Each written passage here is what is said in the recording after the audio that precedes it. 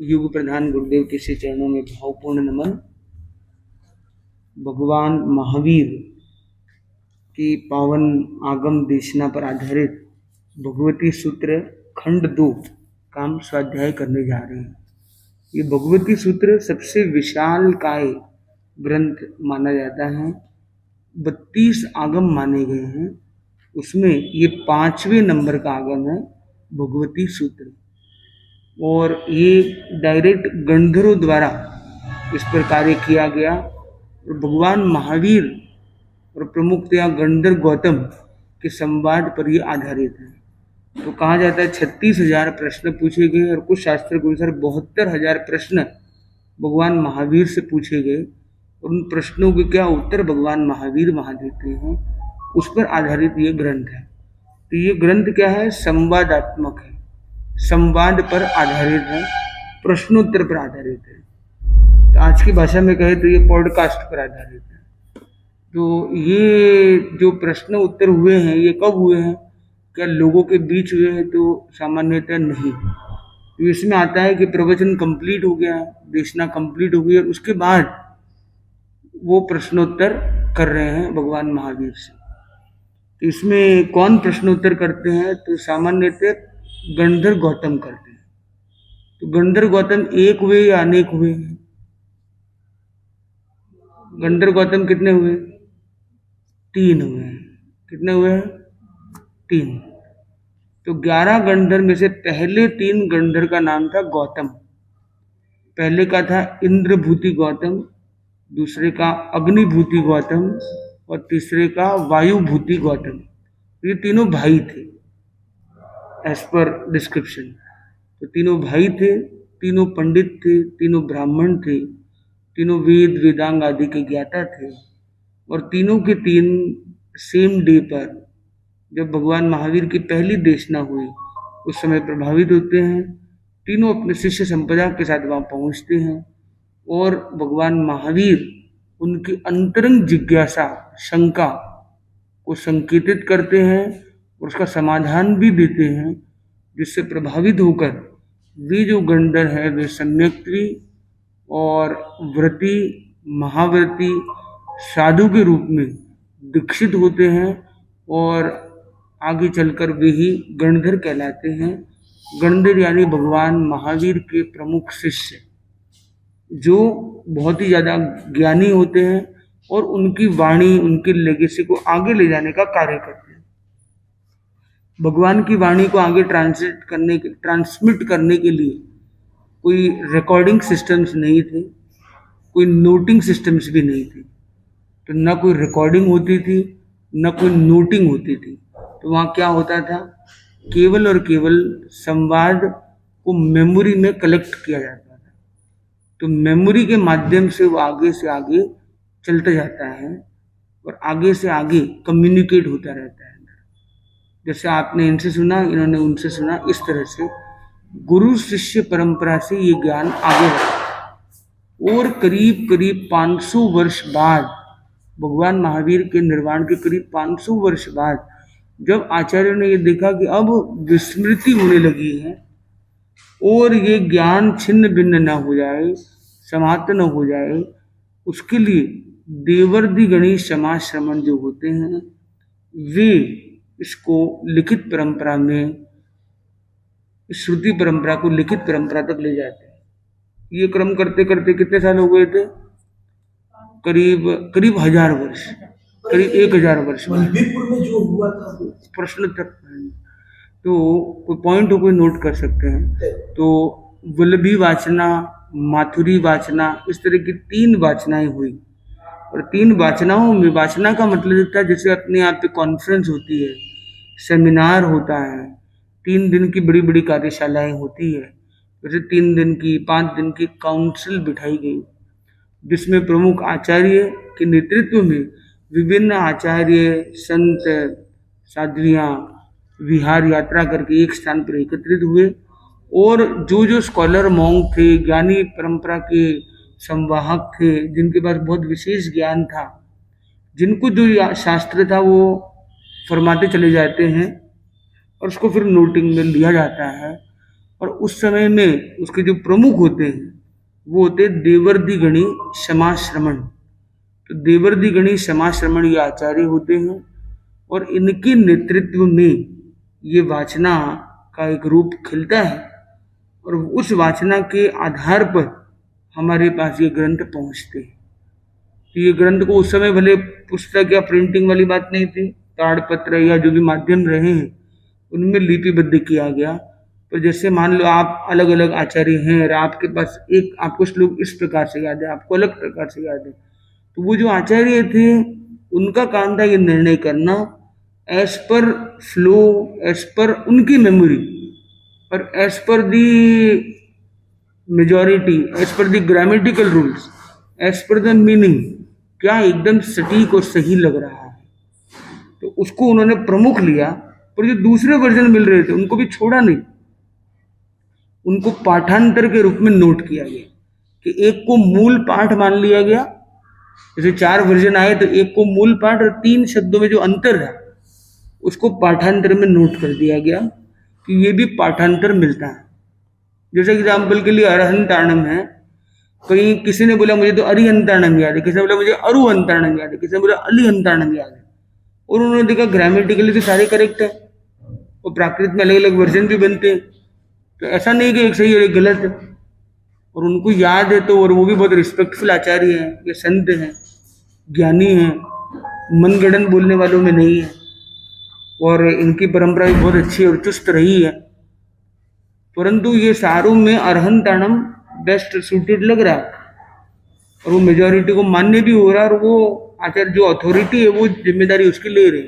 तो उन्होंने उसको मूल पाठ में लिया पर एस्टेरिस्क लगा के तो जो उस समय के माध्यम हो वो सिग्नल देकर उन्होंने पाठांतर के रूप में वो अरुहंताणम, अरिहंताणम, अलिहंताणम ये सबको भी ले लिया। इस तरह से पूरा कार्य हुआ। तो वो जो वाचना प्रमुख थे उनका नाम था आचार्य देवर्षि गणी क्षमाश्रम। उसके बाद ये करीब 5वीं शताब्दी में होगा संभवतः, और उसके बाद करते करते करते 20वीं शताब्दी में करीब 1500 वर्ष बाद आचार्य तुलसी के युग में, आचार्य तुलसी को भी प्रेरणा हुई, हाँ -600 में भगवान महावीर हुए।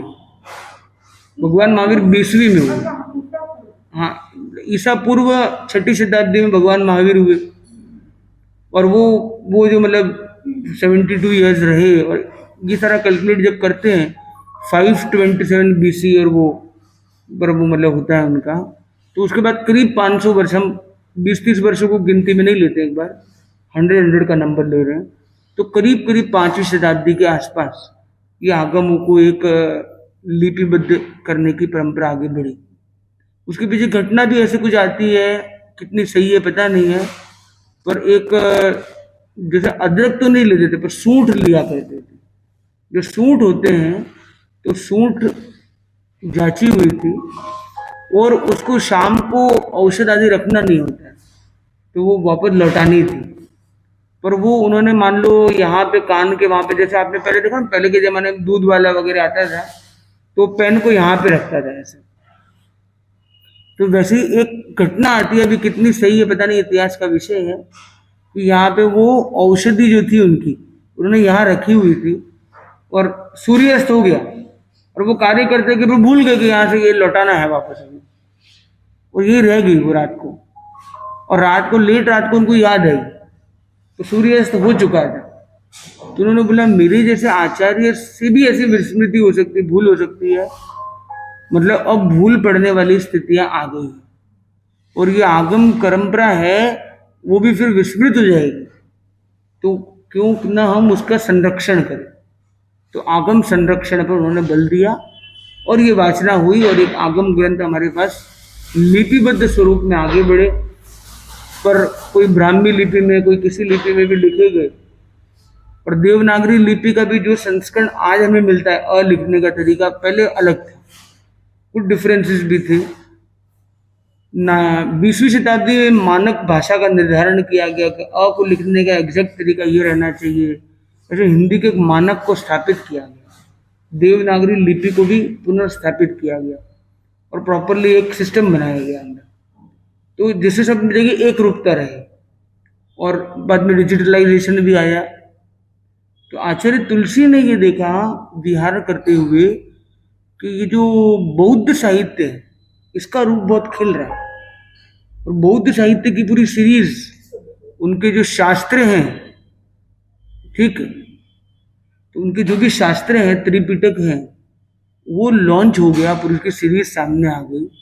तो उन्होंने सोचा कि हमारे आगम पर कोई काम नहीं हो रहा है, इस तरह से बौद्ध साहित्य को विश्व पटल पर सामने रखा जा रहा है, उसको संपादित करके प्रस्तुत किया जा रहा है, उस पर एडिटिंग की गई है, उस पर वर्किंग की गई है, और जिससे अब आगे के स्कॉलर उस मूल पाठ के आधार पर आगे संशोधन, विश्लेषण, मंथन, कमेंट्री, ये सब काम कर पाएंगे। तो क्यों ना हमारे साहित्य को भी हम रूप दें, उसकी क्रिटिकल एडिटिंग, कमेंट्री, नोट्स, ये सारे बनाए जाए। तो इस पर कार्य हुआ और आचार्य तुलसी ने वो कार्य शुरू किया। आचार्य तुलसी और आचार्य महाप्रज्ञ जी की जो ये जोड़ी थी, उन्होंने इस कार्य को आगे लिया और उसी का ये फलस्वरूप है। तो उस समय भी एक वाचना हुई, ये उस समय तक, अब अगले 1500 साल में भी कई संस्करण हो चुके थे। पाटन के भंडार में अलग मिल रहा है, अमुक भंडार में अलग मिल रहा है, जोधपुर के भंडार में कुछ है, अमुक जगह के भंडार में अलग है। तो अलग अलग जगह से उनको जहां जहां जैसे जैसे आगम की प्रतियां मिली, उन्होंने सबको एकत्रित किया, और वो एकत्रित करके फिर मूल पाठ किसको माना जाए, इस पर चर्चा शुरू की।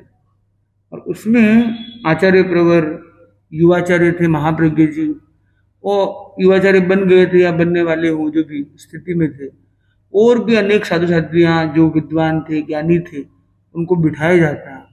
और वहां पर ये एक शास्त्रों का एक करीब 5 वर्ष तक ये कार्य चला। कितने वर्ष तक? 5 वर्ष तक करीब करीब, और 32 आगमों की क्रिटिकल एडिटिंग करके उसका मूल पाठ, और जो पाठ लगता है कि एकदम परफेक्ट नहीं है, सपोर्टिव रूप में है, थोड़े अंतर वाले, उनको नीचे पाठांतर के रूप में, ऐसे करके 5 वॉल्यूम में ये सीरीज आती है, करीब करीब 5 या 6 वॉल्यूम में। अंग सुत्ताणी 3 भाग, उवंग सुत्ताणी 2 भाग, और नव सुत्ताणी 1 भाग, ऐसे 6 भागों में 11 + 12 + 9 = 32 आगम इस प्रकार से सामने लाए जाते हैं कि मूल पाठ है। अब कोई अनुवाद भी करना है तो कम से कम पहले तो मूल पाठ तो पहले चाहिए, तो आगम सामने आ गया। तो संभवतः उसी दौरान या उसके आगे पीछे जो हमारा साधुचर्या का प्रथम आगम है, ऐसे कहे तो दूसरा आगम है। पहला आगम तो प्रतिक्रमण है, आवश्यक सूत्र है। उसके बाद स्वाध्याय दीक्षा के बाद, प्रतिक्रमण के बाद जो पहला आगम लिया जाता है वह 10वें कालिक सूत्र है, जो हर साधु को दीक्षा लेते ही सीखने के लिए अभिप्रेरित किया जाता है, आफ्टर प्रतिक्रमण ऑफ कोर्स। इसको साइलेंट कर सकते हो, मना ही नहीं, तो इम्पोर्टेंट है। और कोई म्यूजिक बजे तो हमारी कोई मना ही नहीं। तो 10वें कालिक जो सूत्र था, उसकी अपनी एक स्टोरी रहती है कि आचार्य संयमभव का शिष्य मनक के लिए एक ये क्रिएशन करते हैं। एक शिष्य मनक कौन है? उनका बेटा है, जिसकी उम्र करीब 12 वर्ष की होती है। और जब वो मिलता है अपने पिता से, तब वो जानता नहीं कि ये मेरे पिता हैं, फिर वो गर्भ में था तब उन्होंने दीक्षा ले ली थी, पर वो आचार्य बन गए। और उन्होंने जब पूछा कि तुम कौन हो, तुम्हारे पिता कौन, ये, तो वो समझ गए कि मेरा बेटा ही है ये। और ये सब जान के उसको बड़ा आश्चर्य भी हुआ, उसकी रेखाओं को बड़ा देखा, इसका आयुष्य केवल 6 महीने, इसको बताऊंगा मैं पिता हूँ और पता चलेगा आचार्य मेरे पिता है, तो वो बोले कि भाई थोड़ा एक प्रेम और ममता उसमें चला जाएगा, या इसको जो पिता से मिलने की लगन है, प्यास है, तड़प है, उसको यूटिलाइज करके पहले तो संयम की ओर प्रेरित करूं और बाद में संयम की पराकाष्ठा तक ले जाऊं, जैसे 6 महीने में अधिक से अधिक कर्म काट लो। इस तरह का एक उदाहरण, विरल उदाहरण यहाँ मिलता है। और वो अपने जंगल कार्य के लिए, वो निवृत्ति कार्य के लिए आए हुए होते हैं नीचे की ओर, ऊपर पहाड़ी की ओर उनका स्थान होता है विराजने का। तो उसके साथ होता है कि पिताजी मेरे अभिन्न मित्र हैं। अभिन्न मेरे से भिन्न है ही नहीं, मैं ही हूँ वो। वो भाषा टाल के इस तरह से बोलते हैं कि मेरे अभिन्न मित्र हैं और उनसे मिलने के लिए तो दीक्षा लेनी होगी, उनके साथ जुड़ना है तो दीक्षा लेनी होगी, तरीके जो है भाषा डाल के अलग तरीके से बात रखी। उसके अंदर बोला मुझे तो कैसे भी मिलना है, दीक्षा लेने में दीक्षा लूंगा, चलो। तो दीक्षा भी लेता है, दीक्षा का मीनिंग समझाते, टेस्ट में सब पास करके दीक्षा ले लेता है। दीक्षा लेते ही वो देखते हैं कि अब ये जो समय चल रहा है, शुभ समय मुहूर्त घड़ी के हिसाब से तो टाइम बाकी है, तो बोले टाइम बहुत कम है, अब मैं कब तो इसके लिए कोई ऐसे सूत्र बनाऊं, ऐसे कुछ कार्य बताऊं इनको, तो इनके लिए गाइडिंग लाइन, पहले गाइडलाइन बनानी होगी और उस गाइडलाइन को तुरंत बनाना होगा, तुरंत बताना होगा, सिखाना होगा, उसको फॉलो करेगा और 6 महीने तक इतना फॉलो कर ले कि वो मोक्ष के एकदम निकट जाके खड़ा हो जाए। किसी ने पूछ लिया कि मोक्ष के निकट जाना है, क्या करे क्या करे, तो मोक्ष के निकट का, किसी ने बोला अनुत्तर विमान जाना है, गिरिवेग जाना है, क्या रास्ता है, तो वो मोक्ष के जितने निकट है तो वो विमान सारे अपने आप मिल जाएंगे। तो मोक्ष के निकट पहुंचना मेन चीज। तो निकट जाने का रास्ता क्या है, तो रास्ता ये है जो उन्होंने आचार्य संयमभव ने मनक को बताया उनकी समझ के अनुसार। तो वो 14 पूर्व की ज्ञानी थे आचार्य संयमभव। तो आचार्य संयमभव क्या करते हैं, 14 पूर्वों से निचोड़ निकालते। 14 पूर्वों का ज्ञान तो बहुत बड़ा ज्ञान सागर है, इतना ज्ञान तो ये करेगा तो इतना आयुष्य नहीं है इसके पास, सालों साल लग जाएंगे। तो उसको निचोड़ते हैं, रस निकालते हैं। उस रस को निकालने को क्या बोलते हैं, निर्यूहण, जिसको हम आज की भाषा में कहेंगे तो एक्सट्रैक्शन। एक होता है कंपाइलेशन, एक होता है एक्सट्रैक्शन। कंपाइलेशन में क्या बोले, इसका ये चैप्टर ले लो, इसका ये ले लो, ये हो गया चलो। और कंपाइलेशन नहीं किया, एक्सट्रैक्शन क्या बोले, सारांश वाली बातों को लेकर अपनी भाषा में पुनर्सूत्र बनाएंगे। कुछ सूत्र एज इट इज भी लिए हो तो पता नहीं है, पर कईयों को वो भाषा देकर, एक फ्लो देकर, फॉर्मेट के हिसाब से क्रिएट किया और उन्होंने 10 चैप्टर के अंदर वो मूल बात को रखा। इसलिए इस आगम का नाम हो गया 10। और उसकी जब शुरुआत की गई तो वो शुभ मुहूर्त के लिए वो रुकते नहीं, वो बोले ये जो काल वाली वेला नहीं है, ये अकाल है, विकाल है, पर समय नहीं है, करना तत्काल है। तो तत्काल करने के लिए वो विकाल भी शुरू कर देते। तो इसलिए क्योंकि विकाल में इसकी रचना शुरू की गई तो 10 वैकालिक इस सूत्र का नाम होता है, विकाल से वैकालिक, और 10 अध्ययन इसलिए 10। तो 10वें कालिक नाम का ये आगम ग्रंथ की रचना की जाती है, उसके 10 अध्याय बनते हैं। और आगे जाकर कुछ समय के बाद ऐसा कुछ होता है कि संघ को कोई बात होती है और देवी जो एक प्रकट होती है वो तीर्थंकरों के वहां से आती है और कोई एक चूलिका देती है। चूलिका यानी एडिशनल ग्रंथ, जिसको हम इंग्लिश में आज कहते हैं अपेंडिक्स। एक किताब पूरी हो जाती है चैप्टर्स, तो फिर हम कोई तालिका दे देते पीछे, तो क्या बोलते हैं, इसको अपेंडिक्स बोलते हैं। तो अपेंडिक्स की तरह 2 अपेंडिक्स जुड़ते हैं आगे जाकर, उसका भी अपना एक इतिहास है। उनको बोलते हैं चूलिका।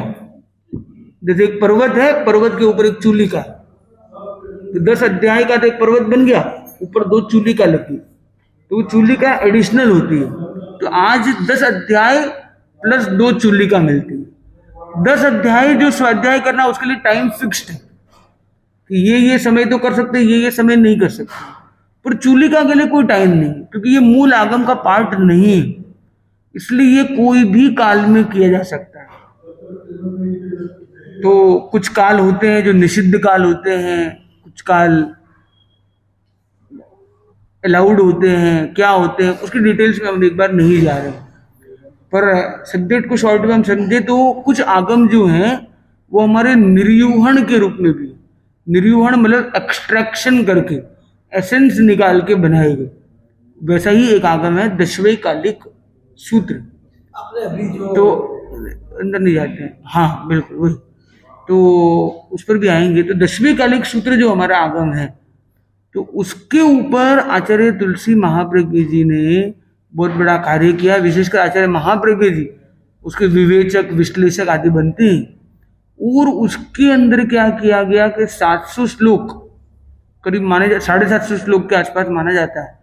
तो 750 जो गाथा है उस पूरे का एक एक शब्द का अर्थ तो है ही, पर एक एक शब्द की मर्म रहस्य को प्रस्तुत करने का प्रयास किया गया। और उस शब्द के अर्थ को समझने के लिए जहाँ श्वेतांबर ग्रंथों से सहारा मिला, वो भी और जहाँ कहीं दिगंबर ग्रंथों से भी उसके बारे में इंसाइट मिलता है, उनको भी लिया गया। तो श्वेतांबर और दिगंबर ग्रंथों के आलोक में उसके अर्थ का विश्लेषण किया गया। इसलिए इस कार्य को जब अनेक विद्वानों ने देखा, तब उन्होंने बोला कि क्या कार्य किया गया कि तेरापन धर्म संघ, और उसमें विशेषकर पंडित सुखलाल जी, जो प्रज्ञा चक्षु थे, जिनके पास आंख नहीं थी, पर जिन शासन के बहुत बड़े विद्वान थे, तो उनकी ये धारणा ये थी कि तेरापन तो ऐसा है वैसा है, इनका क्या काम है, करते रहते हैं ऐसे कुछ भी, ठीक है। पर जब उन्होंने ये ग्रंथ का श्रवण किया किसी से, दसवीं कालिक सूत्र की जो व्याख्या सहित जो ग्रंथ, जो महाप्रज्ञ जी के कार्य से और आचार्य तुलसी के सानिध्य में जो सामने आया, हाँ हाँ हाँ, बहुत प्रकाशित, बहुत अच्छे से। तो वो कार्य जब उन्होंने सुना, मतलब शब्द, तो उनको कोई आता है सुनाता है कि वो पढ़ तो सकते नहीं, तो उनको इतने ग्रंथों का अध्ययन और पारायण था, तो उन्होंने ये जब पढ़ा तो बोले कि एकदम निर्मल दृष्टि से और गहन दृष्टि से कार्य किया गया। ये कार्य में मतलब ऐसा नहीं कि तेरापंथ की मान्यता का पोषण करना है, या मूर्ति पूजक का वो करना है, या दिगंबर का खंडन करना है, ऐसा नहीं होकर सभी संप्रदाय आमनाय में जो जैसी बात है उसको एकदम तटस्थ दृष्टिकोण से सामने रखा गया, और जिन वाणी के साथ बहुत न्यायपूर्ण और समीक्षात्मक कार्य किया गया, ये देखा तो उनके मन में एकदम वो हर्ष विभोर हो गए, एकदम भाव विभोर हो गए। और जिन्होंने बहुत सारे ऐसे लेटर्स लिखे थे, आर्टिकल्स लिखे थे विरोध टाइप के, नेगेटिव रूप में जो समीक्षाएं हुई थी, और वो सकारात्मक समीक्षा के लेटर, उसी तरह दलसुख मालवनिया जी थे, और ऐसे अनेक ऐसे विद्वान थे तत्कालीन, उन्होंने अपनी लेखनी ली और इसके बारे में जमकर लिखा, और बहुत अच्छी प्रशंसात्मक प्रस्तुति की, और वो दिल से की, क्योंकि कोई श्वेतांबर विद्वान था, कोई दिगंबर विद्वान भी था, कोई मूर्ति पूजक विद्वान था, कोई स्थानकवासी विद्वान था। तेरापन में कोई विशेष विद्वान नहीं थे उस समय, तो विद्वान थे वो तो सारे अन्य संप्रदाय वाले।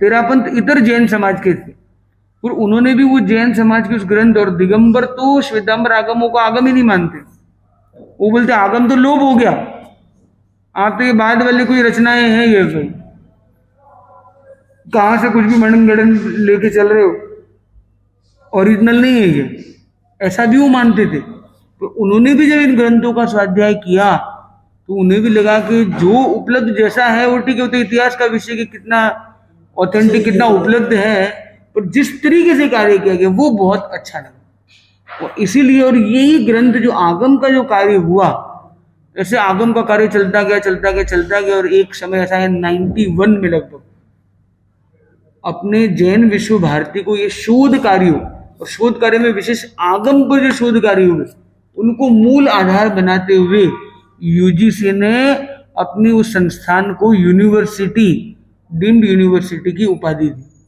और आज तक किसी संस्था को जैन यूनिवर्सिटी का टाइटल नहीं मिला है कि जहाँ जैन धर्म को पढ़ाया जाए और उसको डिग्री और यूनिवर्सल रूप में उसमें सारी डिग्री को मान्य किया जाए।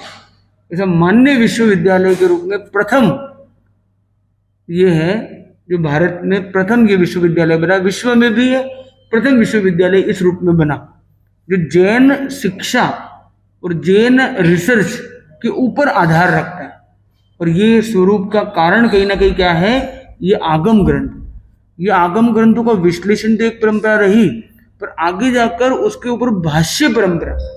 भाष्य का मतलब क्या है कि एक जो ये सूत्र है उसमें पूरा सर्वांगीण विश्लेषण होना, कंप्लीट। एक होता है कि उसके कुछ सिलेक्ट शब्दों पर टिप्पणी करना, तो दसवीं कालिक वगैरह में तो टिप्पण लिखे गए थे, मतलब कुछ कुछ शब्दों को बहुत अच्छे से व्याख्यायित किया गया था, अर्थ सबका किया गया था, भावार्थ सबका बताया गया था, पर शब्दों पर टिप्पण आदि का ग्रंथ था, टिप्पण और विमर्श। पर ये भाष्य होता है वो और बहुत लंबा होता है, बहुत विस्तृत होता है। ये पूरी समीक्षा करता है कि किस समय में ये लिखा गया, किस परिवेश में, किस परिदृश्य में। उसमें शब्द मीमांसा के साथ साथ विषय की भी विपुल मीमांसा की जाती है। तो वो जो क्रम है उसमें संस्कृत में भाष्य लिखने की परंपरा लुप्त हो चुकी थी। प्राचीन काल में प्राकृत में आगम थे, भाष्य संस्कृत में लिखे गए थे, पर वो थे सब 2000 वर्ष पुराने। तो आचार्य महाप्रज्ञ जी ने पहले आगम आचारांग सूत्र पर संस्कृत में भाष्य लिखा था, और दूसरा ग्रंथ है जिसमें हिंदी में पूरा भाष्य लिखा, वो है भगवती सूत्र, और वही भगवती सूत्र का हम स्वाध्याय कर रहे हैं। और ये भगवती सूत्र कितने वॉल्यूम में है? 9 खंड में। और 9 खंड में प्रारंभिक रूप से इसकी परिकल्पना थी 7 खंड में किया जाए, और बाद में महेंद्र कुमार जी स्वामी जो हमारे आगम मनीषी मुनिराज हुए, जिनके सानिध्य में हम भी रहे हैं, तो उन्होंने इसका जो विश्लेषण का कार्य उन पर आया, तो उन्होंने देखा कि इसमें बहुत सारा मटेरियल है, और ये मटेरियल से ग्रंथ बनेंगे तो हजार पन्ने के बहुत हेवी हो जाएंगे, तो 500 पन्ने पर उसको फुल स्टॉप लगा के सेकंड पे ले जाना चाहिए। तो उन्होंने उसको 7 की जगह 9 ग्रंथों के आधार पर उसको किया, और उसमें करीब करीब 4 ग्रंथ जो है वो आचार्य महाप्रज्ञ जी के सानिध्य में विमोचन उनका हो गया। करीब एक ग्रंथ निर्माण में करीब औसत 5 वर्ष लगे। 20 वर्ष में 4 ग्रंथ सामने आए। 2010 1990 से लेकर 2010 90 या 91 के आसपास जब भी स्टार्ट हुआ हो, तो करीब 20 वर्ष में कितने ग्रंथ आए? 4 ग्रंथ। अभी कितने हो गया? 26 तक हम पहुंच गए, ईयर 26। तो उसके बाद 5वें ग्रंथ का भी काम आचार्य महाप्रज्ञ जी ने प्राय कर लिया है, पर वो डायरीज जो संतों के पास थी वो संतों से गुम हो गई। तो मुनिषि ने कहा कि वो तो उपलब्ध नहीं है हमारे पास, तो हम कैसे करें उस कार्य को। और आचार्य महाप्रज्ञ जी ने देवलोक होने से पहले सूत्रों का बंटवारा कर दिया है। मतलब आचार्य महाप्रज्ञ जी ने कहा इतने सूत्र तो हम करेंगे, और इतने सूत्र महेंद्र कुमार जी स्वामी को कहा कि ये आपको लिखना है वैसे, तो ये हम डिवाइड कर लेते हैं, और आपको तो वो करना ही है, और हम जो करते हैं उसमें भी आपको बैठना है, तो कोई भी विमर्श की जरूरत पड़े। तो आचार्य महाप्रज्ञ जी को एक इंट्यूशन था कि 1 महीने पहले उन्होंने इस तरह से लाइनअप कर दिया था कि वो तुम्हें ही करना है और इसमें भी तुम्हें जुड़े रहना है। और 2010 की 9 मई उस सवेरे चर्चा चली, रविवार है कार्य करे, बोले लोग बहुत आए हुए अपने कल से कार्य करेंगे, आज भीड़ है, रविवार भी है, और उस काम को पोस्टपोन कर दिया, और वो काम रियल में पोस्टपोन हो गया। और दोपहर 2 बजे आचार्य महाप्रज्ञ जी करीब 2 बजे और 2:05 के बीच गुरुदेव संभव दिया। उस समय मतलब ऐसे देवलोक हो गया, हम वहीं पे थे, बाजू में हमारा कक्ष था, निकट ही थे हम लोग, और मकान था, हम वहाँ पहुँचते भी है दृश्य पर, ठीक है, उन्हीं को कौन टाल सकता है, और समय है एक। तो आचार्य महाप्रज्ञ जी चले गए, और बाद में आचार्य महाशमन जी ने जो सारा कार्य, आधा कार्य तो महाप्रज्ञ जी दे गए थे, आधे में साथ दे गए थे, वो बोले जो भी है वो सब कुछ आपको ही करना है।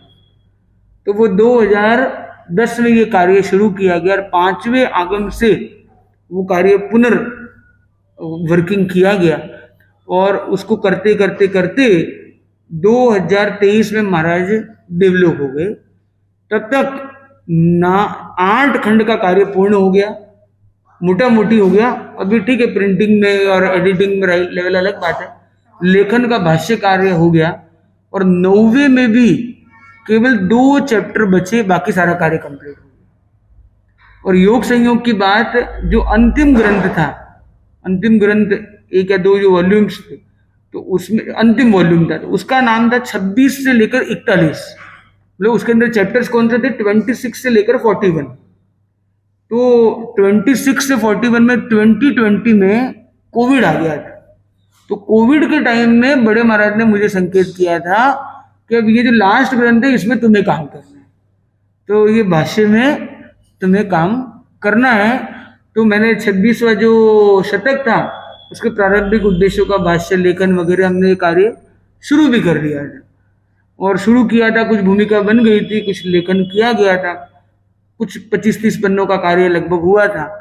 और फिर महाराज का जो पुराना कार्य था अवशेष जो कंप्लीट हो गया था, महाराज बोले ठीक है अब हम ये करते हैं, तुम्हें जो दूसरे कार्य है वो भी कर लो, तो ये हम करते हैं। तो महाराज का वचन था कि ये तुम्हें कंप्लीट करना है। और योग संयोग के बाद 2 चैप्टर लास्ट में रह गए, महाराज देवलोक हो गए। तो हमने गुरुदेव को, हमारे बड़े महाराज अजीत कुमार जी स्वामी तो अर्ज कराई कि हम भगवती का ये कार्य 2 ही चैप्टर शेष है, आपकी मर्जी हो तो हम यही क्षेत्र में रुके और 2 महीने में इस काम को, मतलब गुरु दर्शन के पहले ये काम कंप्लीट करके दर्शन करना चाहते हैं। गुरुदेव ने बोला बिल्कुल ठीक है। तो ऐसे सामान्यतः वृद्ध ना हो तो 1 महीने से अधिक शेष काल में कहीं रुक नहीं सकते। बड़े महाराज के जाते तो कोई कितना भी रुक सकते हैं, तो हम 1 महीने से अधिक नहीं रुक सकते, पर गुरु का आदेश हो तो हो सकता है। तो हम 2 महीने वहीं रुकते हैं, वो कार्य चलता है और लास्ट चैप्टर हमारी पार्टी में आता है। तो लास्ट जो शतक है 1 to 41 में 9 वॉल्यूम है, तो 41 शतक जो है उसका अनुवाद, और उसका मतलब अनुवाद तो किया हुआ ही था, भाष्य लेखन का काम हमें मिला और वो कंप्लीट भी हो गया। और फिर गुरुदेव के हमने दर्शन किए तो निवेदन किया कि सारा काम कंप्लीट है। तो इस तरह से भगवती भाष्य का काम कंप्लीट हुआ 2023 में। ठीक है, लॉन्च के हिसाब से एडिटिंग होके वो प्रिंट होके आना तो 90 या 91 में, और ये 23 में ये कंप्लीट हुआ। तो ये गुरुदेव के देलों का 2010 से लेकर 2023 ये करीब करीब 14 साल का टाइम लगा ये बाकी 5 वॉल्यूम्स में। तो ये एक अच्छा कार्य आगे बढ़ा अंदर आचार्य प्रवर के आशीर्वाद से। और उसी के अंतर्गत भगवती का जो 3rd वॉल्यूम है उसका इंग्लिश ट्रांसलेशन का कार्य भी 2014 और 15 की शुरुआत आचार्य महाश्रमण जी ने वो यात्रा शुरू की, और यात्रा करके ईस्ट दिल्ली तक पधारे हुए थे। तब हम जाते हैं मंगल पाठ लेके, ये भगवती का कार्य गुरुदेव ने विधिवत हमको दिया, मतलब मुझे प्रदान किया गुरुदेव ने कि तुम्हें इंग्लिश ट्रांसलेशन का काम तुम्हें करना है और मुनीषी का मार्गदर्शन गाइडेंस आप ले सकते हो और ये काम आपको करना है। तो ये काम हमारा वहाँ से इसका इंग्लिश ट्रांसलेशन का शुरू होता है अंदर। तो ये भगवती से हमारा एक अच्छा जुड़ाव रहा है। और उसके बाद अनेक वर्षों तक तो अभी स्वाध्याय के क्रम के बाद अब न्यारे में होते हैं तो लोगों के अंदर प्रोग्राम्स है, प्रवचन से, तो वहाँ विषय बदल जाते हैं। आगम, डायरेक्ट आगम को समझने वाले लोग तो बहुत सिलेक्ट होते हैं, प्रवचन में विषय अलग तरह के लिए जाते हैं। पर 2019 में फिर आचार्य महाश्रमण जी ने आचार्य महाप्रज्ञ जन्म शताब्दी वर्ष के अवसर पर महाप्रज्ञ श्रुताराधना पाठ्यक्रम एक कोर्स स्टार्ट किया। और उस कोर्स का लक्ष्य था कि ये जो सारे आगम हैं उनका गहन स्वाध्याय किया जाए, उसके मर्मज्ञ विद्वान धर्म संघ में क्रिएट किए जाए। और ये साधु साध्वी जी, समणी जी, चरित्र आत्माएं, ये समणी जी ये संघ में जो हैं वे ही कर सकते हैं, मतलब श्रावक श्राविका ये कोर्स नहीं कर सकते। और दीक्षा पर्याय मिनिमम 2 ईयर्स हो, और 1-2 साल बाद उन्होंने उसको कर दिया मिनिमम 5 ईयर्स का हो दीक्षा पर्याय, वही ये कोर्स ले सकते हैं। और बोला कि CA, UPSC, IIT के जैसे एंट्रेंस एग्जाम होती है तो बहुत टफ होती है, मतलब 3%, 5% रिजल्ट बहुत कट ऑफ बहुत वैसा होता है अंदर। तो वैसे ही इसको भी रखा जाए कि एकदम स्ट्रिक्ट उसको रखा जाए, कोई पास होना जरूरी नहीं है मतलब। उसके 60 मार्क्स पासिंग मार्क्स और नो ऑप्शन और स्ट्रिक्ट चेकिंग के प्रोटोकॉल के साथ इसको शुरू किया गया। जिसमें इस ग्रंथ में से जैसे इसका एग्जाम है हमारा अभी, तो लगभग अगस्त महीने में इसका एग्जाम होना है। तो वो एग्जाम में क्या पूछा जाएगा उसका कोई ब्लूप्रिंट नहीं। पिछले साल का पेपर एक तो उपलब्ध आपको नहीं कराया जाएगा, जिन छात्र ने दिया उनको भी देने लेने की बात नहीं कही गई। फिर भी कहीं से मिल भी जाए तो भी वो पैटर्न पे ही क्वेश्चन इस बार आएंगे ये कोई जरूरी नहीं है। किसी बार कोई पैटर्न से, किसी बार कोई पैटर्न से लिया जा सकता है। तो बोले कि शेर का शिकार करने जाते हैं तो तैयारी कैसी करते हैं, तो बोले वैसे आप लोगों को तैयारी करनी है, इसका कोई रोड मैप नहीं होगा, कोई ब्लूप्रिंट नहीं होगा। तो इस आगम की परीक्षा में कोई भी पैसेज, ये 440 पन्नों का ये ग्रंथ है, तो कोई भी पैसेज बीच से उठा के दिया जा सकता है। आपको बोला ये किस चैप्टर में आया है, किस प्रसंग में आया है, क्या बात यहाँ चल रही है, वो प्राकृत पाठ को देख के आपको बताना है और उसका विश्लेषण करना है। वैसे कोई भी शब्द दे दिया अंदर,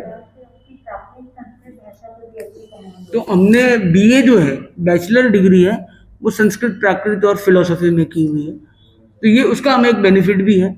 और कुछ हम आगम कार्य से जुड़े हुए लंबे समय से, तो आगम का स्वाध्याय का एक क्रम भी कुछ हद तक है, और बाकी गुरुदेव का आशीर्वाद होगा तो सब होना ही है। और गुरुदेव ने कोर्स बनाया है और उनका आशीर्वाद है, उनके शिष्य है तो सब काम होना ही है। तो ये हमारी एग्जाम भी है, तो इस निमित्त हमने स्वाध्याय का क्रम बनाया और आप सब लोगों ने भी स्वाध्याय के क्रम में जुड़ने का भाव बनाया। तो ये जो मैंने पूरी स्टोरी बताई, इसके बारे में आपके मन में कोई क्वेश्चन?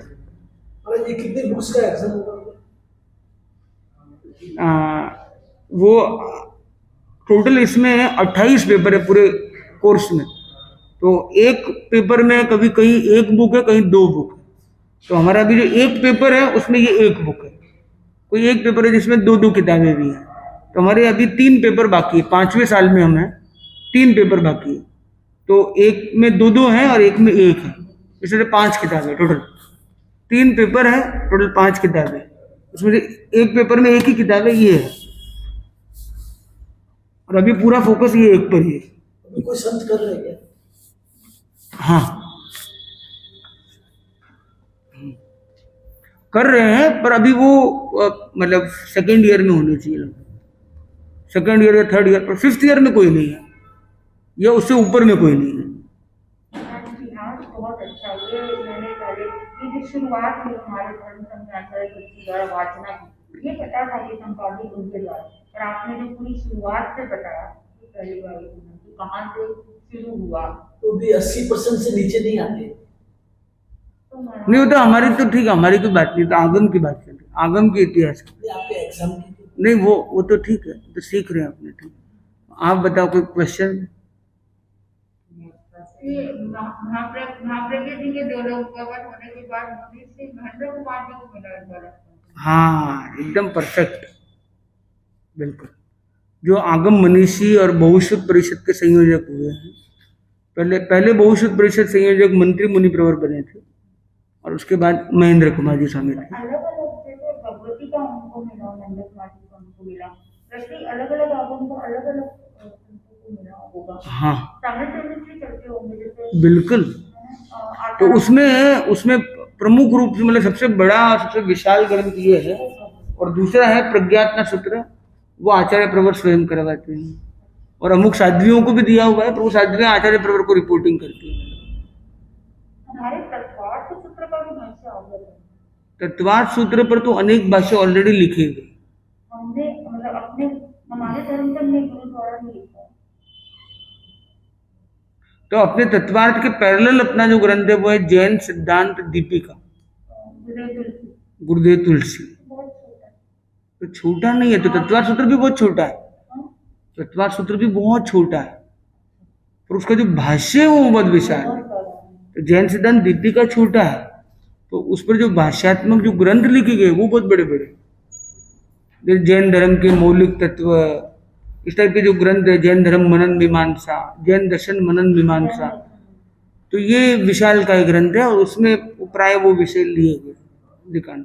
10वें हर संप्रदाय के अंदर कंपल्सरी श्वेतांबर दिगंबर में नहीं है।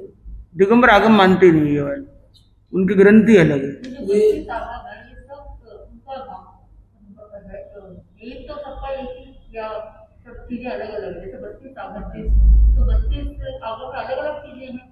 अपने दांत 32 हैं, सब एक जैसे के अलग अलग हैं, वो काम भी अलग अलग है। कुछ दांत शो पीस के लिए है, कुछ दांत ग्राइंडिंग के लिए है, कुछ दांत किसके लिए। तो वैसे ये ग्रंथ भी अलग अलग भेद में है, तो उनके बड़े भेद 5 किए गए। एक अंग आगम वो है 11, उपांग आगम 12, 4 मूल, 4 छेद और 1 आवश्यक। 1 आवश्यक यानी प्रतिक्रमण, जो अनिवार्य है, इसलिए आवश्यक कह दिया, मतलब अनऑप्शनल है, ऑप्शनल नहीं है। 4 मूल है जो अपने मूल साधुत्व को पोषण करने वाले, बराबर।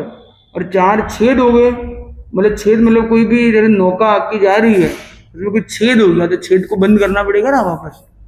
तो वैसे ही कोई दोष लग गया तो उसकी आलोचना करनी होगी, तो आलोचना प्रायश्चित उस तरफ डायरेक्शन देने वाले 4 छेद सूत्र हैं। तो 4 मूल सूत्र हैं, 4 छेद सूत्र है, 1 आवश्यक है, 11 अंग है, मतलब जो डायरेक्ट गंधर्व द्वारा बनाए गए, 12 उपांग है, जो मतलब उसके बाद सेकेंडरी वर्जन है, मतलब बाद के आचार्य ने बनाया। अलग अलग है, सब अलग अलग है। 32 के 32 आगम अलग है, तभी तो 32 है वो, नहीं तो एक ही हो जाता सब। नहीं, ये कहते हैं कि मूर्ति पूजक वाले और अपने सबके अलग अलग है कि एक ही है? इनका प्रश्न यही पूछे तो बढ़िया। आपका कोई प्रश्न है तो पूछे, इनका क्या प्रश्न है वो तो यही जानते हैं। आगे आपका क्या प्रश्न है? ये बल्बीपुर में जो लिखा गया वो हाँ वही है ना, ये आगे में लिखे हैं सब। ये 3 वाचनाएं हुई, तो तीसरी वाचना जो फाइनल हुई उसका जो निचोड़ आया वो आगम चल रहा है। वो बल्बीपुर में हुआ था। तो बल्लभी वाचना, माथुरी वाचना और एक और हुई थी, 3 शायद पाटन में या पता नहीं। बल्बीपुर करके। बल्लभीपुर नहीं, बल्लभी वल्लभी बात। वल्लभी वाचना इसका नाम। तो जो भी हो, खैर, और भी कुछ जानकारी होगी तो आगे और बताइए। और नेक्स्ट तानेरा आगरा के तो पास वो इतना मुझे डिटेल नहीं पता, वो आप लोग को ज़्यादा पता हो। तो बल्बीपुर का ये गांव है, वहां पर ये सब हुआ था। वो वो आदमी वो बिल्कुल तो। सर हमारे पास जो ये है, जैसे भगवती सूत्र का सूत्र तो आए ना अपने पास श्वेतांबर में आए, तो फिर दिगंबर क्यों इसको डिनाई करते हैं? सूत्र तो आए। ऐसा है कि 1000 साल बाद आप बोले मेरी चाबी गुम हो गई थी, कहाँ गई पता नहीं, 1000 साल बाद मिली, उसको कोई भी संदूक में खजाना खोल के देखा नहीं, तो बोले पता नहीं ये चाबी असली वाली उस खजाने की है या ये चाबी कोई दूसरी किसी ने मनगढ़ंत बना दी है, वो चाबी तो गुम हो गई होगी, ये किसी ने बाद में बनाई होगी, वो वाले लेके आ गया उठा के, पता नहीं कौन सी है ये। गुमराह वाली। ऐसा वो मानते हैं कि स्मृति भ्रंश हो गया और लुप्त हो गया है, और क्योंकि लुप्त हो गया है और आप कह रहे हो कि हमको तो याद है, हमको याद है, वो बोलते हैं हमको तो याद नहीं, हमको तो याद नहीं है, हमारे हिसाब से तो किसी को याद नहीं है, वो बोले नहीं याद है। तो अब ये दो फरियाद हो गई एक दूसरे में, और एक दूसरे के प्रति थोड़ा सा कॉन्ट्रास्ट चल ही रहा था, तो उन्होंने उसको मान्य नहीं किया। अब उसके कारण जो भी रहे वो अपना विषय नहीं है। जो इम्पोर्टेंट आता है वो कुंद स्वामी के आते हैं, समय साल वो बहुत। तो आचार्य कुंद जो थे वो बहुत आध्यात्मिक पुरुष, वैसे तो हर आचार्य आध्यात्मिक होते ही हैं, तो उनकी ज्ञान की आध्यात्मिक गहराई बहुत थी, और उन्होंने जो प्रवचन सार, समय सार, नियम सार और भी जो ग्रंथ रखे हों, तो ये जो ग्रंथ है वो उनके इतने महान ग्रंथ के रूप में हुए कि उनको आगम तुल्य माना गया, तो उनको एक दिगंबर आगम की कोटि में माना गया। दिगंबर के लिए वो आगम की तरह है, मतलब उसको कोट किया गया तो वो सही है मेरे से, मतलब उसको आस्था का केंद्र माना गया।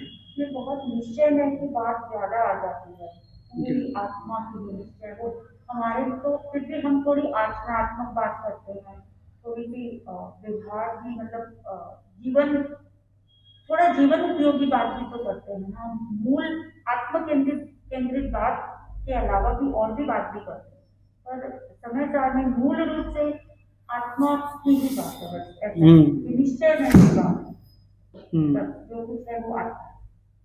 तो उसमें क्या है कि इसलिए आचार्य तुलसी महाप्रभु जी ने अनेक ग्रंथ लिखे, उसमें एक है आत्मा के आसपास। ये ग्रंथ कहे या कुछ और भी जो अलग अलग रचनाएं उनकी थी, उनका संकलनात्मक रूप है, उसमें आयारों की अरहतवाणी और ऐसे मतलब अलग अलग ग्रंथों को सामने लाया गया। एक निश्चय नए व्यवहार नए पर भी एक पुस्तक है, समय सार के ऊपर विश्लेषण है, संबोधित आचार्य महाप्रज्ञ जी का है। महेंद्र कुमार जी स्वामी ने भी उनके पिताश्री के साथ समय सार पर एक इंग्लिश में ग्रंथ लिखा है। तो ये जो ग्रंथ है इनका भी स्वाध्याय किया जा सकता है, और हमें ये समझना चाहिए कि कई बार हमें राह की जगह गुमराह किया जाता है। हमें कभी कभी जैसे कोई बोलता है ना कि देखो ये एकदम साफ सुथरे कपड़े हैं, किसी के साफ सुथरे कपड़े होने का मतलब ये नहीं कि जो गंदे कपड़े पहने वो खराब है, और कहीं कहीं ठीक उल्टा किया जाता है कि गंदे कपड़े पहनते नहीं, ये देखो वैरागी साधु है, ये साफ सुथरे पहनते नहीं, ये तो ढोंगी बाबा है, ये तो दिखावटी हैं, जरा दिखाते हैं, फैशन वाले हैं, ये शोबाजी करते हैं, और ये देखो ये साधना में एकदम लीन है, कोई साज सज्जा पर ध्यान नहीं है, पूरा एकदम वैराग्य है, मैले कपड़े पहनते हैं। कोई देखो ये महाराज सुविधा का काम में लेते हैं, ये बिल्कुल सुविधा के मुक्त रहते हैं, तो ये सुविधावादी हो गए, ये सुविधा से मुक्त हो गए। तो हमें ये लगता है कि जो सुविधा में ना हो, कष्ट में हो, मैले कपड़े हो, तो ये बड़ा वैरागी और अच्छा साधु हो गया, और जो ये नहीं है तो वो कमजोर और शीतलाचारी हो गया, ऐसी धारणाएं डाल दी जाती है। ये आचार में ये वाले भेद चलते हैं। और दूसरी तरफ चलता है ये जो निश्चय व्यवहार का भेद, कि ये देखो ये आत्मा आत्मा आत्मा, बस आत्मा पुकारे, आत्मा के पीछे लगे रहते हैं। और ये तो देखो ये शरीर की बात करते हैं, गोचरी की बात करते हैं, इस नियम की बात करते हैं, उसकी बात करते हैं। ये तो बाहर बाहर की बातें करते हैं, तो बार बार गोता लगाते रहते हैं, व्यवहार की दुनिया में जीते रहते हैं। आत्मा का तो उनको पड़ी नहीं है उनको, ये आत्मा की बात बहुत थोड़ी करते हैं, व्यवहार में ज़्यादा उलझे हुए हैं। और एक ही तो ये आत्मा आत्मा में डूबे रहते हैं, व्यवहार में उलझते ही नहीं है। तो प्रथम दृष्टया कोई आदमी एकदम वैराग्य साधना के दृष्टिकोण को विकसित करता है तो उसे ये लगता है कि अध्यात्म के एंगल से ये जो निश्चय वाला है ये पावरफुल है, सही है, और ये वैरागी वाला है ये आचारवान है और ये शुद्ध है, ऐसा लगता है। पर ऐसा जरूरी नहीं है। तो आचार्य महाप्रज्ञ जी, आचार्य तुलसी इसको बहुत स्पष्ट करते हैं। ठीक, ऐसा नहीं है कि हम अपने अपने पक्ष को खींचते रहे, वो तो बात नहीं होनी चाहिए। हमें समीक्षा करनी चाहिए और सत्य को समझने का प्रयास करना चाहिए। गलती किसी की भी हो सकती है, और कोई 100 टन सोना हो और कोई एकदम खरा सोना ही हो, ये जरूरी नहीं है। गलतियां कहीं भी हो सकती है, पर हमें उसकी मीमांसा और समीक्षा तटस्थ दृष्टिकोण से करनी चाहिए और समझने का प्रयास करना चाहिए। कोई हो सकता है कि अधिक कष्ट सहिष्णु, जैसे अब कोई तेरापंथ में ही कोई साध्वी पन्ना जी का जीवन को पढ़ेगा, कोई अन्य साध्वी महाराज को देखेगा, एक अन्य साध्वी महाराज तीनों टाइम खाना खाते हैं, तीनों टाइम दूध लाते हैं, आहार करते हैं, या और कोई लाता है उनके लिए और वो करते हैं आहार, उनका काफी समय आहार पानी में भी लगता हो और दवाई भी लेते हैं, ये भी करते हैं। और ये महाराज है पन्ना जी महाराज है, वो हो इतनी तपस्या, दीर्घ तपस्वी नहीं महाराज, तो बताओ किसको बंधन करने में धर्म होगा? तो उसके मन में आए ये तपस्वी है, ये तो सच्ची साधिका महाराज है, ये बड़ी साध्वी जी महाराज, इनके दर्शन करने से तो पुण्य प्रताप आशीर्वाद हो आनंद आ जाएगा। शुद्ध साधु तो यहाँ देखने को मिलता है। पर जो दूसरे साध्वी जी उन्हीं के संग में है, टेक्निकली आप ये मानते हो इनको साध्वी मानते, इनको असाध्वी मानते, तो आपका श्रावकपना चला जाएगा कि आपके श्रावकपना में आपने भेदभाव कर दिया, जबकि वो आचार्यों ने मान्य किया हुआ है, आप कैसे अमान्य कर रहे हो? ठीक है, तो साधु जीवन की मर्यादा क्या है कि 5 महाव्रत और ये जो गुरु की इंगित है, समिति भक्ति की आराधना, जो भी उनके नियम, मूल गुण उत्तर गुण की रक्षा करना है वो कर रहे हैं, तो वो साधु तो सही है, एकदम शुद्ध साधु हो सकते हैं वो। पर शुद्ध साधु होने का मतलब ये नहीं कि तपस्वी साधु ये शुद्ध साधु है, ये जरूरी नहीं। अगर वो तपस्वी नहीं भी है तो भी उसके रात्रि भोजन त्याग और वो जो उसके होते हैं साधु के रूप में, वो साधना तो उसकी चल रही है, तो वो साधु ही है, साध्वी ही है, और वो शुद्ध साध्वी हो सकते हैं। और कोई पन्ना जी महाराज तो बहुत बड़े थे, पर कोई ऐसे तपस्वी भी हो सकते जो तपस्या करते हैं और बाद में किसी को श्राप दे देते हैं, किसी को कुछ बोल देते हैं, गुस्सा बहुत आ जाता है, और कषाय के कारण कर्म बंधन भारी कर लेते हैं, कर्म काटते भी बहुत हैं और बांध उससे भी ज्यादा लेते हैं। और ये जो है ये निर्मल हृदय की तपस्या तो मेरे से ज्यादा नहीं होती, ये तपस्वी उनका अनुमोदन करते रहते हैं और खुद तपस्या नहीं भी कर पाते हैं, फिर भी साधुत्व अच्छा पालते हैं, सरलता से जीवन जीते हैं, और हो सकता है कि वो जल्दी मोक्ष चले जाए, ये पॉसिबल है। तो शुद्ध साधुत्व का मानदंड तपस्या नहीं है, श्रुत भी नहीं है कि किसको इनको आगम का बहुत ज्ञान है तो ये शुद्ध साधु हो गए और इनको नहीं है तो कम साधु हो गए, ऐसा नहीं।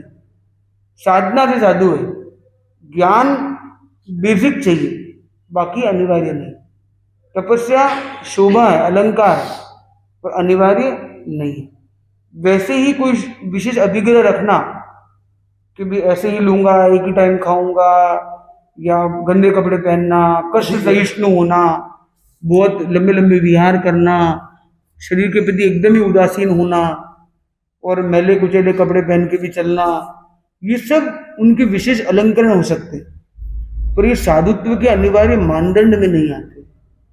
साधु का मतलब है कि भी कपड़े के प्रति मोह न हो, स्वच्छता रखता है और गुरु की इंगित में करता है तो ठीक है। गुरु का इंगित है कि 10 दिन में आप कपड़े धो सकते हो, वो धोता है तो ठीक है। ऐसा नहीं कि मेरे पास नए कपड़े हैं, पर वो कई की परंपरा कैसी कि एक आपका चोलपट्टा, ये नीचे का कपड़ा गंदा है, ऊपर नया पहन के नीचे का गंदा रखना, दोनों सही नहीं होने चाहिए। दोनों सही होंगे तो लोग सोचेंगे ये क्या है, शुद्ध साधु नहीं है ये तो। ऐसी मान्यता, ऐसी परंपराएं भी रही हुई, अपने धर्म संघ में भी रही हुई है। ऐसी मतलब चीजें देखी गई, कैसी मतलब एक परंपराएं थी एक समय में। और फिर देखा गया कि ये कोई अनिवार्यता नहीं है। नए कपड़े पहन के आप जब भी कपड़ा लेके आओगे कहीं से घर से तो नया ही होगा। एक दिन तो आप नया कपड़ा पहनने ही वाले हो, और पहन लिया आपने, और आपने अगर आपका ड्रेसिंग सेंस अच्छा है, आप हर कहीं जाके नहीं बैठते हो, पूंछ के देख के पलेवड़ा करके बैठते हो, आप स्वच्छता को मेंटेन करते हो, और कपड़े समय पर धोते टाइम भी कैसे धोते हो उसका बहुत फर्क है। एक कपड़े धोता है बहुत स्वच्छ कर लेता है, एक कपड़े धोता है उतने ही पानी में और वो गंदे ही वापस सुखा देता है। तो उसे तो उल्टा श्रम नहीं किया, आलसी था वो तो, और उसको आपने ज्यादा धार्मिक मान लिया।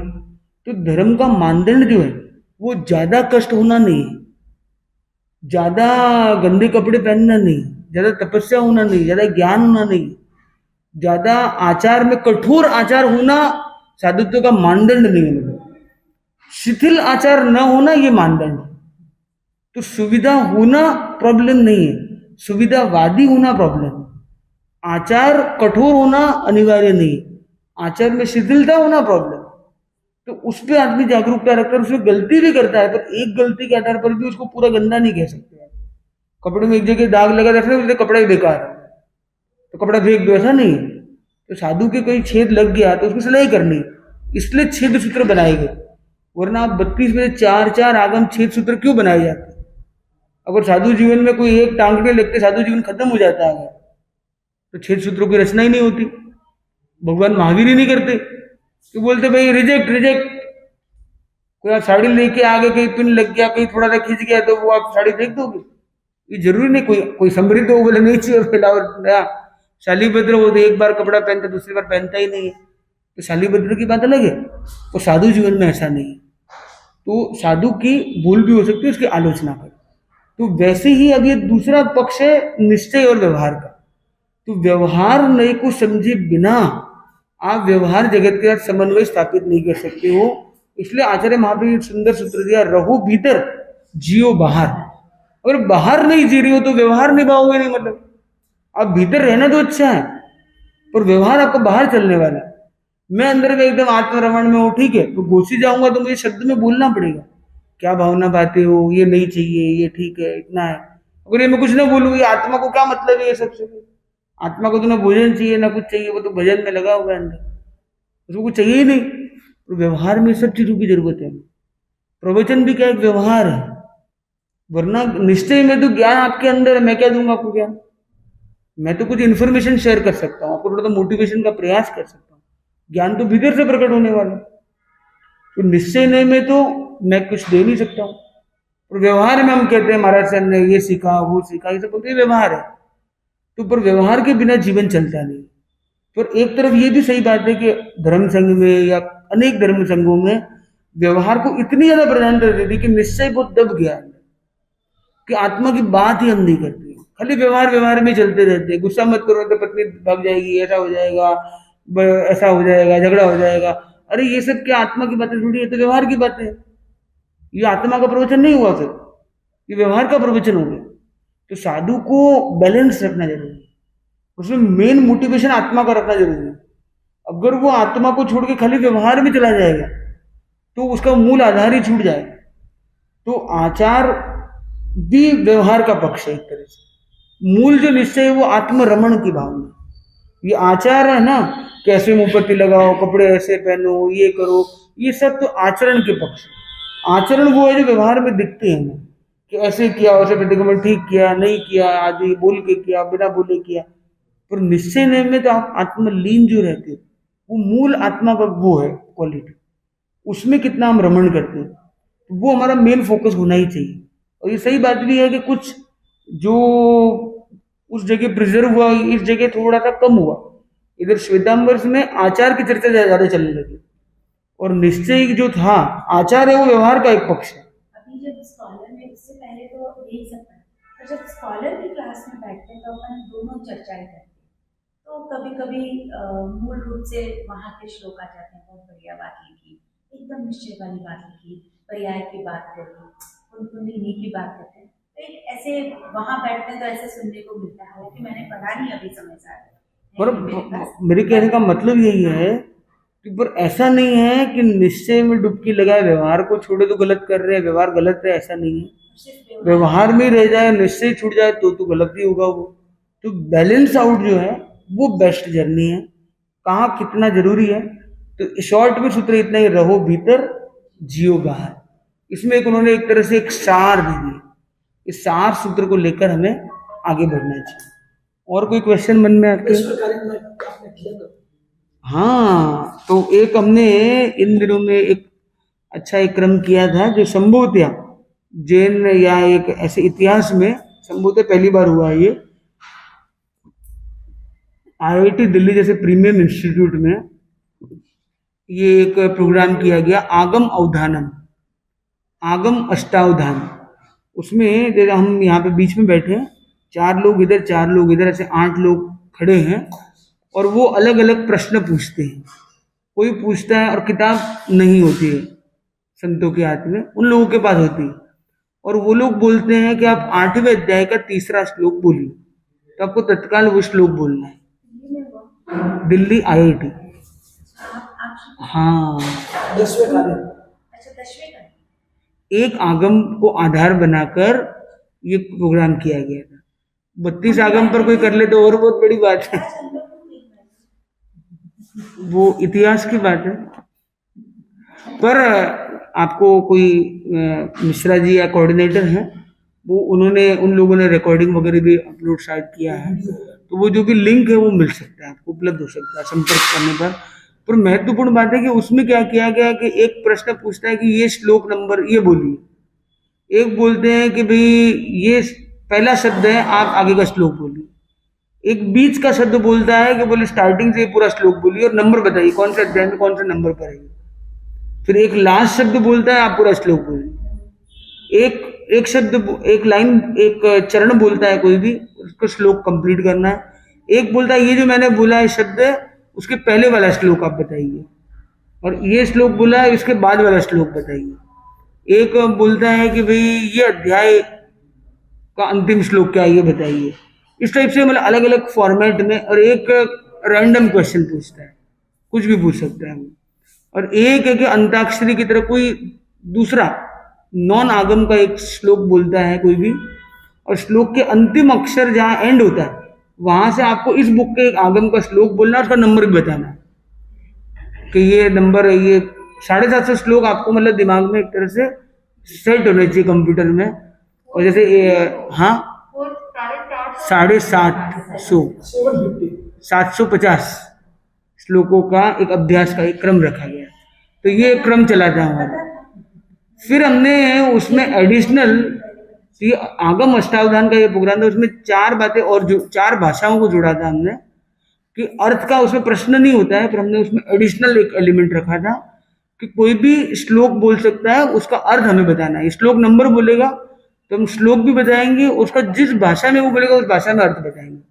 आउट ऑफ 4 या 5 लैंग्वेज थी, संस्कृत, हिंदी, इंग्लिश, गुजराती, मारवाड़ी, ये करीब ये 5 भाषा। कैसा रहा ये? कैसा हुआ था ये? परम आनंदमय हुआ। पहले पर डर बहुत लगा था। कब?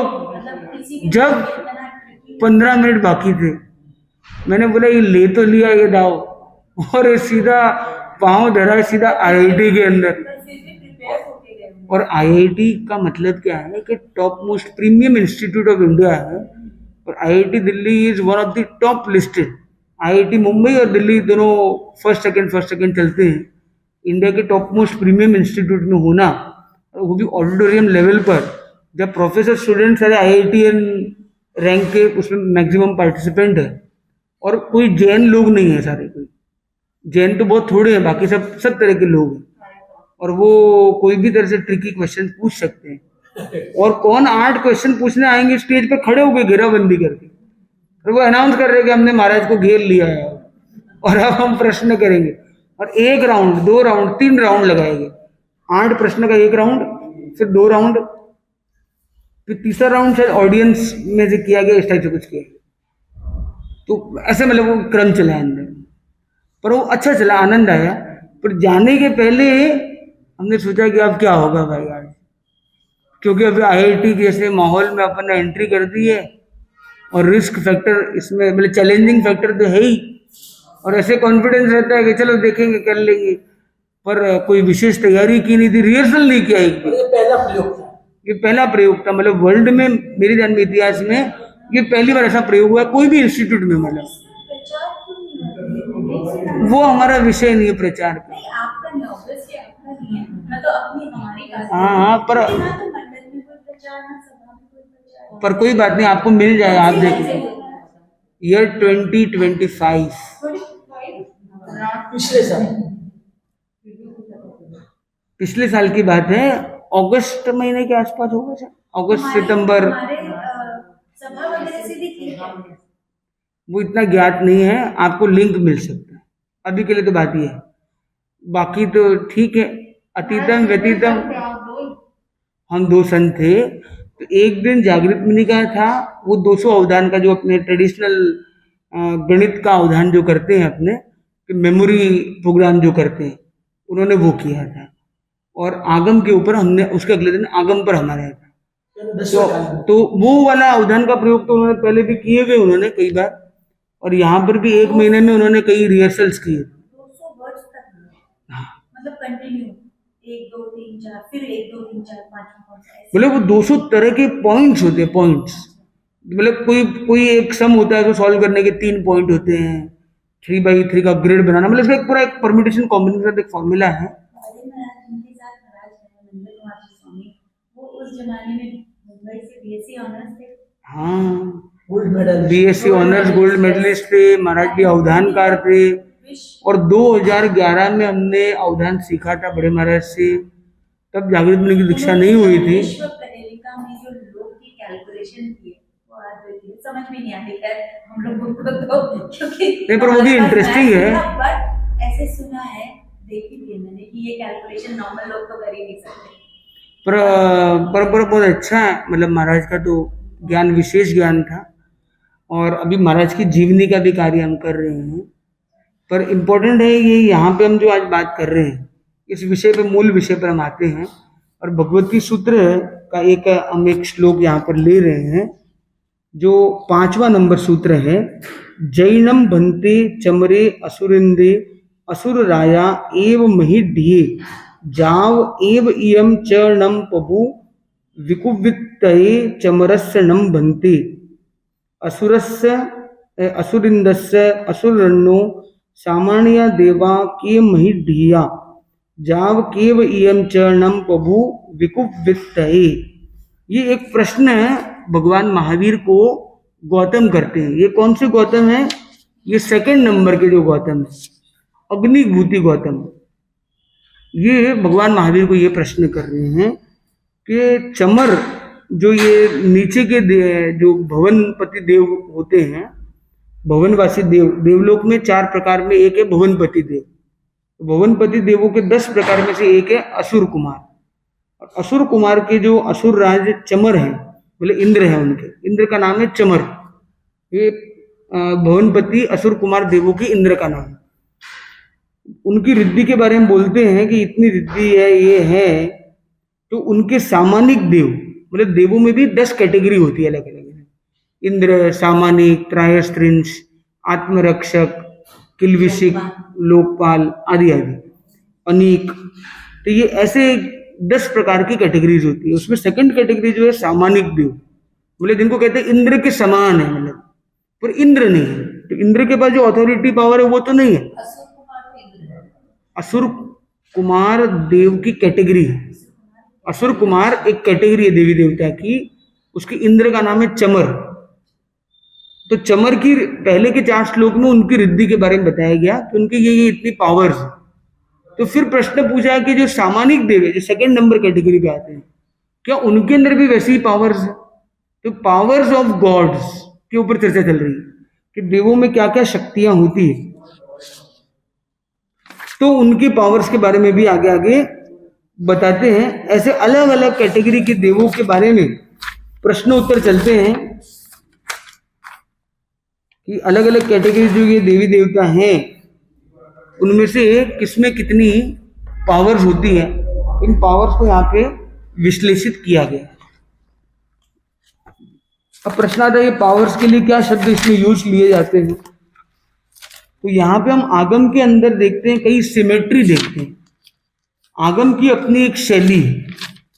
जब हम भगवती सूत्र का स्वाध्याय करते हैं तो आगम की एक शैली की जो एक पैटर्न्स हमें मिलती है और जो की कॉन्सेप्ट्स मिलते हैं इन सूत्रों में, उसके बारे में हम एक डिस्कशन करेंगे।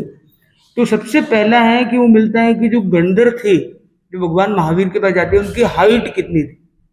क्योंकि पहले डिस्क्रिप्शन दिया जाता है कि भगवान महावीर के पास गंधर्व जाते, तो गंधर्व कौन है, कैसे दिखते हैं, उनका फिजिकल अपीयरेंस दिखाया जाता है कि 7 हाथ के। कितने हैं? 7 हाथ के। आपकी हाइट कितने हाथ की है? आपकी कितने हाथ की हाइट है? तो हमारी हाइट होती है 3.5 हाथ की। कितनी हाइट की? हाइट कितनी होती है? 3.5 हाथ की। उसका आधार क्या है? आत्मा अंगुल। अपने अपने अंगुल से नापेंगे। अपने अपने अंगुल मतलब जैसे अपने 4 अंगुल हो गए, जैसे अपने हाथ को हम सीधा रखें तो चारों अंगुली जब ऐसे खड़ी रखी जाएगी एक के ऊपर एक, तो ये 4 अंगुल बन गई।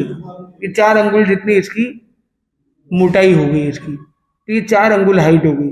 ऐसे करके हमारी हाइट नापेंगे तो एक हाथ मतलब एल्बो से लेकर उंगली तक, ये जो हाइट है हमारी एल्बो से लेकर या उंगली तक, ये कितनी है? 24 अंगुल है। आप चाहे तो अपना अपना टेस्ट कर सकते हैं कितनी आई है, देख लीजिए। सभी एक बार प्रैक्टिकल कर सकते हैं।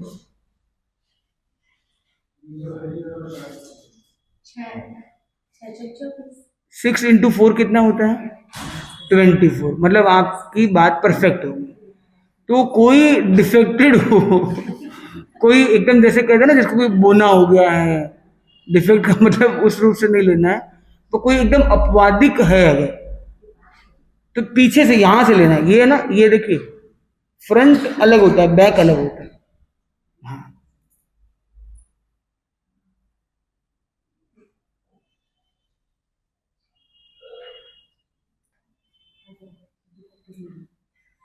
हाँ बराबर है। तो ये 6, हाँ नहीं, ये जो बात है ये इफेक्टिव है। वो जैसा भी होगा पर वो अंगुल के हिसाब से रहेगा। बच्चे बड़े छोटे बड़े सबके सब एक ही बात है। हाँ एकदम, वो सब मतलब वो बॉडी इसी तरह से ग्रो होती है। बॉडी ऐसा नहीं कि पेट आ गया पहले और कमर बाद में आएगी, ऐसा नहीं। हाथ पैर सब साथ साथ में आते हैं। अब कोई जो अनयूनिफॉर्म्ड है, डिफेक्ट है कोई बॉडी के, हाथ तो बड़े हो गए और बाकी छोटा रह गया, वो एक अपवादिक है। अपवाद की बात हम नहीं करते हैं। तो ये जो एक हाथ है, ऐसे हमारा एक धनुष जो होता है, एक धनुष कितना होता है? 4 हाथ का होता है। 4 हाथ को नापने का ये तरीका सरल, ये हमें 2 हाथ हो गए हमारे, यहां से लेकर यहां तक दिख रहा है 2 हाथ, और हाथों को फैला दे तो ये 4 हाथ हो गए। तो इतना बड़ा होता है धनुष, इसलिए धनुष हम कहते हैं कि ऐसा धनुष होगा भाई, इतना बड़ा होता है।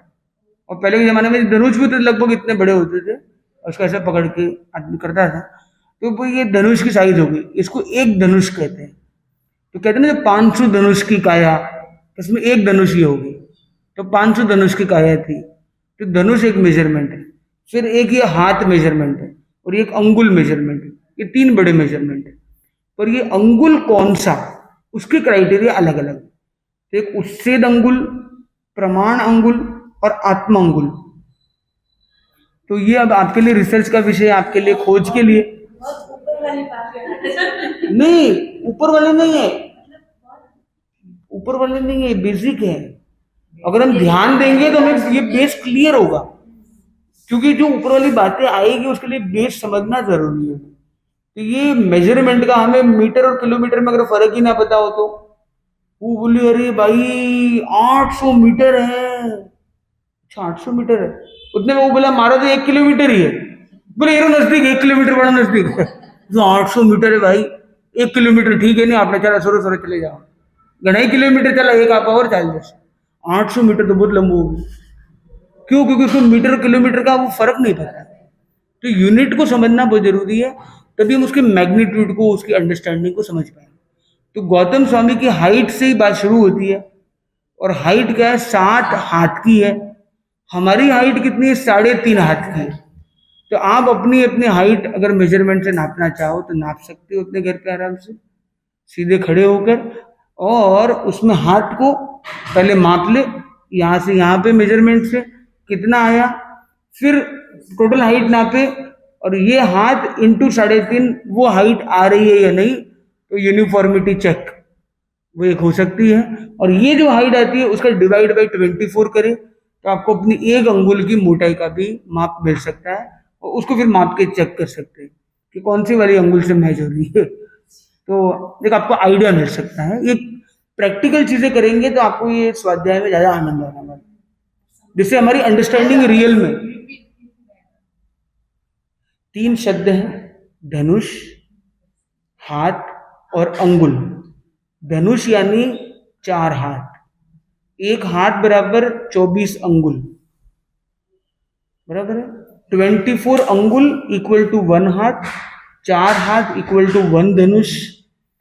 जो सबसे पहले तीर्थंकर हुए भगवान ऋषभनाथ, उस समय जो हाइट मिलती है लोगों की वो मिलती 500 धनुष। और ये अंतिम तीर्थंकर भगवान महावीर है, उनके टाइम जो गंधर्व गौतम की हाइट मिल रही है वो 7 हाथ। तो वो धनुष के अंदर चल रही है या हाथ में चल रही है। तो 1 हाथ इंटू 4 इक्वल टू धनुष, तो एक तो इंटू 4 हो गया सीधा, तो 500 इंटू 4 कितना हो गया, 2000 हाथ की हाइट। एक 2000 हाथ की, उनके इनके नहीं, आगे नहीं जाते, एक बार उतना ही रखते हैं, आगे जाने से कंफ्यूज हो जाएंगे सभी। 2000 हाथ और ये 7 हाथ, तो 7 हाथ और 2000 हाथ में कितना फर्क हो गया अंदर, तो 3.5% उनकी हाइट की तुलना में केवल 3.5 भी नहीं, सॉरी 0.35%, क्योंकि 1000 का नंबर, तो 0.35 उतनी ही हाइट है भगवान ऋषभ के और भगवान महावीर के शिष्यों के बीच में। यहाँ पे हम अगर उस मानक के आधार पर देखते हैं। अब प्रश्न है कि मैंने तो अपनी अंगुल मापी, उनकी अंगुल कितनी बड़ी थी, अब क्या पता हमको। तो उनकी जो हाइट है उसका मापन आत्मा अंगुल से नहीं है, उसके लिए एक अलग मेजरमेंट टेप है। इसमें आत्मा अंगुल, आत्मा मतलब अपना, या आत्मा मतलब अपना, आत्मचिंतन मतलब अपना स्वचिंतन, आत्मा अंगुल में स्व अंगुल। तो स्व अंगुल से हम देखते हैं तो हमारी हाइट 3.5 हाथ की है, और 1 हाथ बराबर 24 अंगुल है, अपनी अंगुल है। और हाथ अगर सीधे ऐसे रखे हम ऊपर की ओर और हाइट मापेंगे तो 108 अंगुल हमारी हाइट है। इसलिए माला फेरते हैं 108 मन के होते हैं, 108 मन के, और हमारी हाइट भी कितनी हो गई, 108। खड़े हैं तो पैर लंबे हो गए और हाथ ऊपर की तरफ लंबे कर दे, तो वो हाइट हमारी फुल एक्सटेंडेड हाइट आ जाएगी। तो ये एक्सटेंडेड हाइट हमारी 108 अंगुल, बराबर है। हाँ, सबकी सेम हाइट है, सबकी हाइट अपने अपने हिसाब से सबकी हाइट इक्वल। अब ये है कि ये जो भगवान महावीर के शास्त्र में गंधर्व गौतम का जो वर्णन आ रहा है, उनकी जो 7 हाथ बताइए वो क्या है, उच्छेद अंगुल के हिसाब से। तो ये 3 तरह के अंगुल हैं। एक है आत्मांगुल जो हमने भी समझा है, एक उच्छेद अंगुल जिसका वर्णन यहाँ दिया है, और एक प्रमाण अंगुल है जो एक और क्राइटेरिया है। तो अलग अलग जो वर्णन मिलते हैं, कुछ उत्सेद UTSEDH, उच्छेद अंगुल से ये 7 हाथ की हाइट है, और एक प्रमाण अंगुल भी होता है। तो ये उच्छेद अंगुल का क्या मतलब है, ये आपको रिसर्च करके आना है, आपको अपनी खोज अपने मित्रों से जानकारी लेके आनी है, और उसको हम और प्रमाण उच्छेद अंगुल क्या है, प्रमाण अंगुल है, ये क्वेश्चन मार्क, जिसको आगे बताया जाएगा, क्योंकि उन्होंने बोला कि एक साथ ओवरडोज नहीं होना है।